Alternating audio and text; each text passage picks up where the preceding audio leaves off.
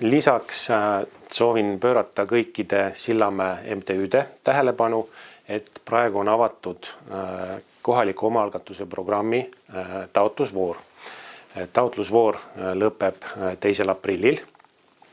On võimalik taotleda toetust nii ürituste, sündmuste läbiviimiseks kui ka teie MTÜ investeeringuteks. On avatud 2 paralleelset vooru. Soovitan kõigil vaadata neid tingimusi. Kui teil tekib küsimusi, kui teil on ideed, siis järgmisel teisipäeval, 24. märtsil kell 18.00 viin aadressil Merepuiestee 3 Sillart galeriis või mõned võib-olla teavad seda kohta rohkem koolituskeskus Ecomengradina.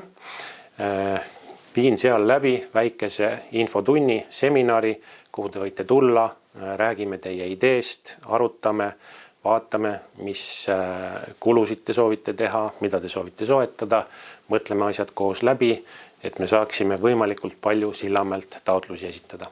Ootan kõiki!